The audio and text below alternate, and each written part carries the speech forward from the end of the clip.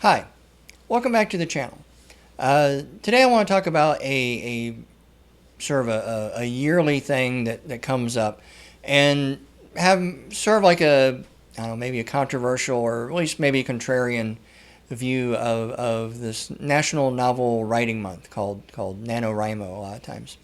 And if you're not familiar with it, it is the notion that people will, over the period of November, so from November 1st to November 30th, they're going to write 50,000 words of a novel. That's the idea, is you write a novel over the course of the month of November. And lots of people do it every year. I think it's even a global thing by now. There's this big organization that kind of runs it, and people will blog or vlog their progress and their struggles as they go through it. And it's kind of this thing that people go through. And there's some people like prepare for it they'll start preparing for it like in October or something like that. And I just don't like the idea. I didn't like it when I first learned about it. Now, of course, my first gut reaction is when I learned about it, I was like, I can't write 50,000 words in a month. I don't know the exact number, but you have to write 50,000 words over the course of 30 days. That's almost 2,000 words a day. I wish I could write 2,000 words a day because I'd love to crank out a novel every month. And I think someday I will get there, but I'm not there yet. And one of the reasons why is because I have my own business. I have to see clients. I have to do all of the stuff that's involved with that. Then I have to run my own little household. I have to do groceries and laundry and cooking and cleaning and all of the other things. And maybe occasionally I'll hang out with friends and stuff like that. And mind you, for those of you that live in the United States, or for people who live outside the United States, the November is when we also have Thanksgiving. And at least the expectation is people spend time with their family. So that's like half of one of the weeks, and November's a 30-day month, not a 31-day month. And so you're even losing some of those days, unless you're just stay home and don't spend any time with the family or something else like that. But if you have a family and you're expected to be around them and hang around them, then you don't have 30 days. You may have 25, 20, 26 days, something like that. And so that means you have to write even more the rest of those days.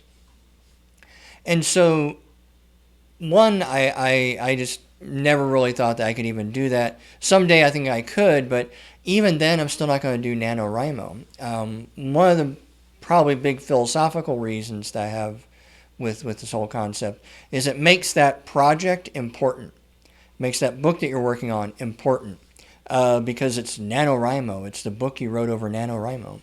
And I know it's a little counterintuitive, but when the thing becomes important, you now have something at risk, right? A job interview is important. If you don't get the job interview, if you blow the job interview, you don't get the job, and then you don't get the promotion, you don't get the money, you don't get all the other stuff that kind of comes with it. And so that's what puts a lot of pressure on people to do well in a job interview, is because they really want that job. Well, what happens when you make the job interview important? You put all that pressure, and a lot of people crack.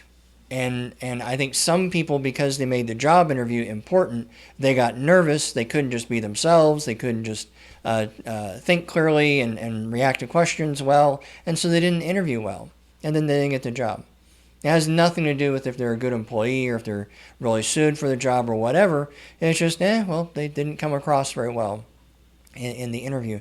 And I fear that happens with some of these projects that are NaNoWriMos. That becomes important, and you have to do well, and you have to write well, and you have something to risk. If you don't do the best job you can on NaNoWriMo, then you're going to have this shitty project, and you're going to waste it a month or whatever else, and that puts pressure on the writing, and then you don't have fun with it.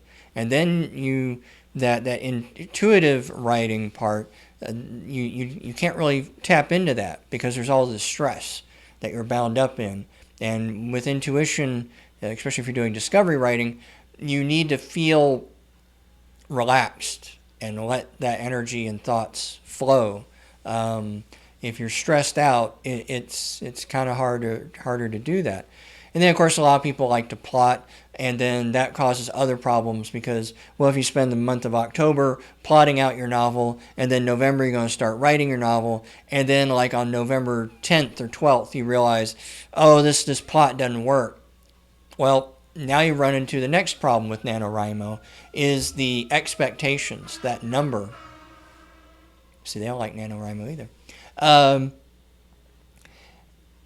You have to write, like I said, almost 2,000, around 2,000 words or so, if you've got figure in Thanksgiving.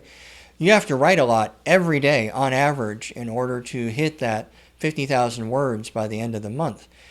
Anything that you do that's not involving putting words on the page could be considered a quote-unquote waste of time. So let's say you're writing off of an outline, and you hit a wall and you realize your outline doesn't work, there's a big plot hole or something, and you don't know how to fix it. Do you have the time to re-outline? And the same problem comes with discovery writing too, because a part of discovery writing and this intuitive style is you just sort of follow an idea, and sometimes you realize, oh, this isn't going to work, and you backtrack. One of the stories I always tell is I cut about 6,000 words from Saga the Scout because at a certain point, when Ethan goes to visit, San Marcos. Originally, he left San Marcos and went on to, Austin. And I realized that just didn't work. It didn't work for a lot of reasons, but I didn't realize it until I was like 4 or 5 chapters in, something like that. And so then I just had to let that go and cut it all out. Well, if you're trying to crank out 2,000 words a day, you can't afford to just do that. Now you've lost even more time. Now you're even further behind. So what do? Do you just keep writing the book that doesn't work, that you don't really like, just so you can hit the random 50,000 words? What if you need to research? What if as you're writing you realize, I really need to know more about this one place or this one idea that is going to be important to the story? Again, if you spend time researching, then you're not writing. And because of that compacted schedule, that number becomes the most important thing ever, to the point that a lot of people will just take a lot of shortcuts, that they'll get their 2,000 words in that day, but when you look at the words, a lot of them are kind of crap because they're just sort of filling in. Oh, I'll add a fight scene here. I know this love scene doesn't really work, but I'll fix it later. And it allows for a lot of writing, a lot of lazy writing, because you're trying to hit that number instead of writing the best story that you can in the moment. And the analogy that I can think of is like dieting. There are some people who get so fixated that they want to hit a particular body weight. They want to lose a certain amount of body weight. Now, although you can actually say this with gaining weight too, that they become so fixated on the number that they don't pay attention to what they're doing on how to get that number. And so people start doing all sorts of crazy and sometimes dangerous fad diets to lose a lot of weight really quickly, or in some cases gain a lot of weight. If guys really want to get big and strong, they might start abusing steroids or start pushing themselves too hard, and then they end up doing real damage to their bodies, all because they just want to hit this number instead of shifting and saying, well, what I want to do is I just want to be healthy. I want to exercise and eat healthy, and eventually the weight will take care of itself. Which is how I think that writing should be, is that the project that you're working on, every day you just show up, you write as much as you can in that day without trying to overdo things, and then eventually the end of the story will happen on its own. Whether it's the end of November or the end of December or the following March or whatever, doesn't matter, you'll eventually get there. But if you're trying to just randomly hit this arbitrary number, then everything else just kind of falls by the wayside. And no one, when they read your book, no one will care that you wrote it over NaNoWriMo. They'll care, do I like the characters? Do I like the plot? Is it interesting? Does it hit me on a emotional level? Does it excite me? Does it distract me? That sort of stuff. They won't care if you wrote it over the course of 1 month or 1 year or 1 decade. All all they really care about is that sort of the quality of the outcome for the most part. What else? There was something else with NaNoWriMo. This notion of making it important, yeah, is definitely a big problem because it kind of gets in the way. Oh, expectations. So yeah, talking about the numbers. One of the things I see with a lot of my clients, particularly ones with depression, and I've been guilty of this. I've had this because I dealt with depression before. A lot of my other clients I see this too, where what depression does is it tells you just to quit, just to give up. Not in so many words, but that's basically what it says. Just sit at home, watch Netflix, play video games, do the bare minimum, go to your job, go to school, just get C's, just do whatever. Don't bother putting out any real effort or try anything or do anything different, because depression wants you to stay stuck. That's really what it wants. It wants you to sit on your couch and do nothing, so it basically can steal all of that energy. And then what a lot of people will do is they'll get tired and they'll start hating that life. And so then what they do is they start creating unreal expectations. Like, okay, I'm gonna go to the gym every day, and I'm gonna run 5 miles every day, and I'm gonna go on 10 dates by the end of the week, and I'm gonna quit my job and start my own business, and blah blah blah. And what happens is you've created these unreal expectations, and so when you fail, depression goes, aha, see? Sit your ass back on the couch and watch TV. I told you so. And so by creating these unrealistic expectations, you kind of set yourself up for failure. Like I said, you have to write about 2,000 words a day to hit that number. Have you ever written 2,000 words in a day? Have you ever written 2,000 words 2 days in a row? How about 3 days? 30? If the answer is no to those first questions, how do you ever plan on writing 30 days of 2,000 words in a row? That sort of thing. And my fear is a lot of people come out the other side of NaNoWriMo deciding that they can't really be writers because they couldn't keep up with the schedule, that their book will never be finished, they're never good enough, they're never smart enough, they're never whatever. Most people don't even ever start a novel, much less finish it. And so if you do succeed, that's great. But if you don't succeed, that says absolutely nothing. Not a damn thing. It doesn't mean that your story's no good. Doesn't mean you're not a good writer. It doesn't mean that you can't be a professional writer. It doesn't mean that you'll never get that story out of your head. It just means you couldn't do NaNoWriMo. And who gives a shit? I mean, let's be honest. It's just this month-long event that a bunch of people caught on to. It's basically like a social media meme. It's like when people were eating Tide Pods, last year or 2 years ago or whatever. Do you even remember when people were doing that? By the time you watch this video, probably not. But it's just this sort of fad that people do. It's almost like a challenge that people do. And it really means nothing. If you want to write your book and forget about NaNoWriMo. Write as many words as you can in a day. That's going to be different for everybody else. Some people can really crank out the words, and some people, they're a little slower. I've also found that it depends on what I'm working on. I could write 1,000 words a day with no problems with Saga the Scout. But with Memories in the City, I wrote about half that. And I had to kind of come to grips with why am I so slow on this book when I was just cranking it out on this other book. And the only thing I could think of is it's just a different project. That's all it was. It's just different story, different kind of characters, different world. Hell, as even my point of view is different.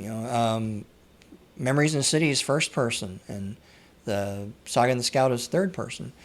So that would be one of my big takeaways, is if you do decide to try NaNoWriMo, kind of go into it like you just don't care.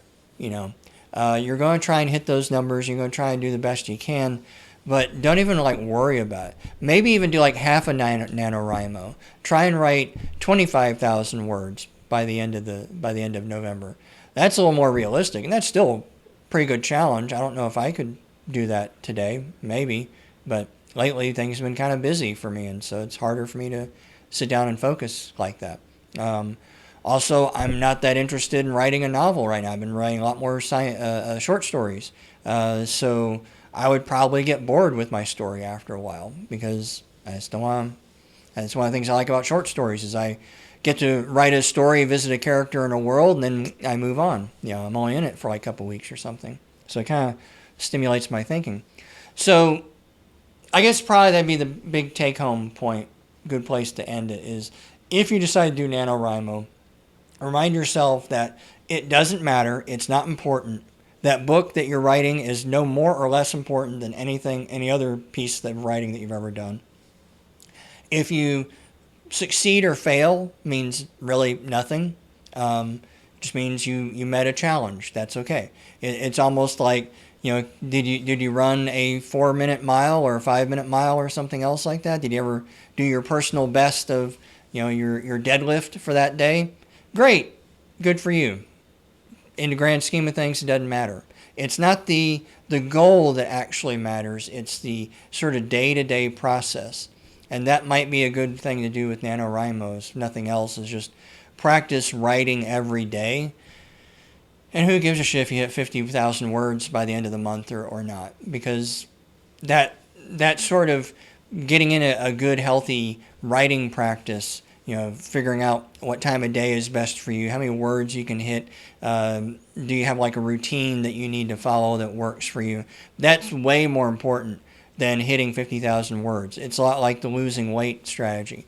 Learning how to meal plan and meal prep and exercise in a way that's sustainable is way more important than actually hitting a number. You'll hit the number eventually. If you're doing, on a day-to-day basis, going slow and steady, you will hit that. And you won't be setting yourself up for failure, because you'll have these small, small attainable goals that you can hit that, let you feel like more like a success than a failure. And then eventually, one day you'll stop, turn around, and go, oh, wow, I finished that book, and I'm ready to write the next one, and I don't even feel tired or nothing. So anyway, let me know what you think. Have you ever done NaNoWriMo? Are you planning on doing NaNoWriMo? What's your goal? What's your kind of expectations of going into NaNoWriMo? Or are you like me and you kind of like, nah, this is not for me. I'm not interested in that. But anyway, I will talk to you later. Bye.